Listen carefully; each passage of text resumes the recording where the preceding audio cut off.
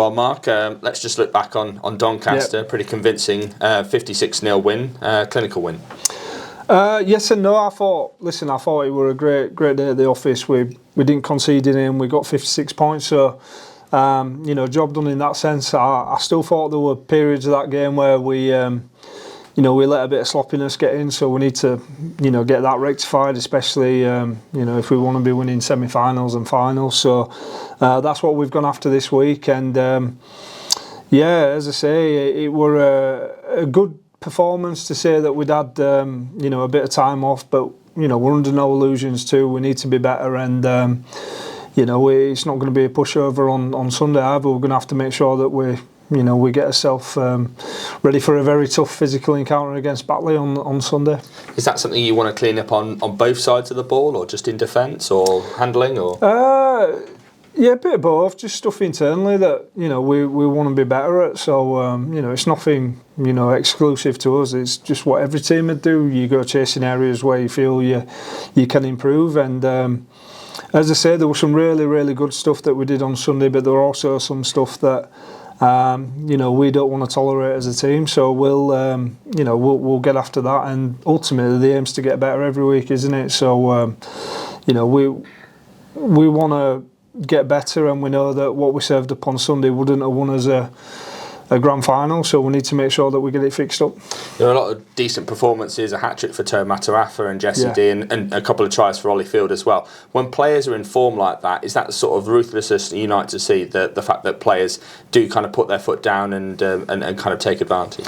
Yes, you do, yeah, and I thought, as you said there, you could have gone through numerous players in that squad, and I thought there were a load of players that had really, really solid games. And the key to it all is, yes, it's good that it's happened, but understand what's made that happen for you. So there were some really good performances. Really happy with how we executed certain things on there, and we've got to reset ourselves now, make sure that we enjoyed that win. Tuesday we're back down to earth and get ready for another tough game against Batley. How important has Ate Hingano been since he's kind of come back? It seemed like a lot of the good work sort of came through his hands at the weekend. I think when you've got a spine of Toa, and then you've got obviously Atta and Liam, who's got great synergy together. You've then got Maka running things through the middle in terms of controlling where the ball goes and when, and then you've got Geordie at 13 just locking it in for you. It's a great spine, isn't it? And I think it's so pivotal to any team, trying to keep that as settled as you can. And it's no coincidence that when you get a settled spine and you've got your regular players back in them positions, that you look a little bit more composed 9 out of 10 times. And on the subject of Liam Harris, he's had a superb season. He's now 16 points off Connor Robinson's point scoring record for the single season. How good has he been this year? Yeah, for me, Liam's probably being the player of the championship. Not only I think there's probably 4 or 5 lads in that squad that's been up there, but I think Liam, especially in them clutch moments at end of games, one that comes to head's probably that cup final. That's the obvious one, isn't it? He thrives off that sort of pressure, and so does Atta, to be fair. The bigger the game, Atta seems to get more involved. His juices get flowing a little bit more. So I think Liam's been great. It's not only for me what he does on the field. Everyone can see that. It's he's my captain. I put a lot of things on Liam behind the scenes that he just takes in his stride, and he's been an excellent captain. And I'm just glad that he's getting the rewards for the hard work that he's been putting in all year and last year as well. You brought Sam Cook back after his injury. Yeah. How good was it to see Sam Cook back for Doncaster? Yeah, he'll be a lot better for that run out. I think it's fair to say we're getting his eye back in. But it'll be a lot better for getting that out, and I think just delighted that we've got him back. And everyone else fit and healthy and raring to go? Touch wood, as far as I'm aware. Yeah, everyone got through training. I know we won 56-0 on the board, but Doncaster are a big physical set, and they definitely caught us in a few collisions. There were some big hits getting put in off both teams, so we had a few sore bodies on Tuesday, but we'll be back at it, ready, going as hard as we can tonight. And how do you approach Sunday? Because for you to be denied the League Leaders Shield, you need a big point swing. But is this an opportunity to, really sort of tinker and get some fringe players fit and firing, ready for the playoffs, or do you keep a winning team? How do you approach it as a head coach? Like I do every week, you assess your opposition, you assess yourself. If I won't be tinkering anything, I'll go with the strongest 17 that I feel is going to do the job on the weekend. We definitely won't be disrespecting Batley. I've played at Batley, I know the club well. I know John well, fantastic coach, one of my mentors. He'll be wanting to come to upset a party. Batley players will want to end their season on a high, and more importantly, we need to secure 2 points to make sure that we get a League Leaders Shield. So there's all to play for. We won't be looking at all the points difference or ifs and buts. It's a case you play to win, don't you? It's as simple as that. And I've never been one for handing shirts out that I don't feel I earn, so it'll be up to players to impress in training and earn them shirts for Sunday. And I guess it's, as you alluded to there, it's more about kind of keeping the momentum going, ready for that playoff semi-final. Yeah, I'll be honest with you, we're not even looking at the semi-final at the moment. We're looking at Batley Bulldogs. There's some quality players in there. I've coached a few of them that came through Wakefield's academy ranks. Ollie Greensmith, one of the hardest running players you'll find. Robbie Butterworth obviously has got a lovely passing game on him. I've actually played with a couple of the Batley lads at back end of my career, so we're fully aware of the threats they've got, and we know that under John Keir, I know exactly how John likes to coach, and put it this way, it's not going to be an easy day at the office. We're expecting a tough battle from minute 1 to minute 80, and believe me, there'll be no complacency off our lot going into Sunday. Yeah, be some way to finish the league season as well, wouldn't it? You're 18 unbeaten at the moment, could make it 19, 16 consecutive wins in the league, top of the table, all about finishing the job. Yeah, that's all irrelevant if you don't finish the job, as you've said there. Listen, probably something great to look back on, for fans and whatnot. But all we're bothered about is what comes next, and what comes next is Batley on Sunday, and we need to be at our best to get a win. Simple as that. Looking at Batley, they've had a bit of a difficult season. They've had a couple of changes in the coaching staff. Yeah. They sit second at the bottom of the table, but they always seem to be a team that sort of punches above their weight. Yeah, I think that's what Batley pride themselves on. I think Kev, the chairman, cuts the cough accordingly, and one thing you're never going to not get from a Batley Bulldogs team is a team that never says die. They'll go right from minute 1 to 80, and they'll always punch well above the weight. I think it's a great operation that they run on the budgets that they do at Batley, and as I say, this year they've gone through a bit of a rebuild. They lost some key players. There's obviously some stuff getting done behind the scenes that is going to make them a better outfit longer term, and I think it'd be very stupid of us to underestimate them, because believe me, I've played under John and I've played at Batley, and I've been on the end of some really good wins where teams have underestimated us, and I think John Keir is probably the best coach in the game for getting that underdog mentality out of someone. So I'm very aware of that threat, put it that way. Yeah, and they've pushed the likes of Oldham, Featherstone, Halifax all the way in recent weeks as well. Yeah, they pushed us all the way. The first game that we played them at the start of the year, you're talking fine margins in sport, aren't you? Like, let's go back to last week against Doncaster. I think if Doncaster scored at first in that second half, it's a different game to 56-0, isn't it?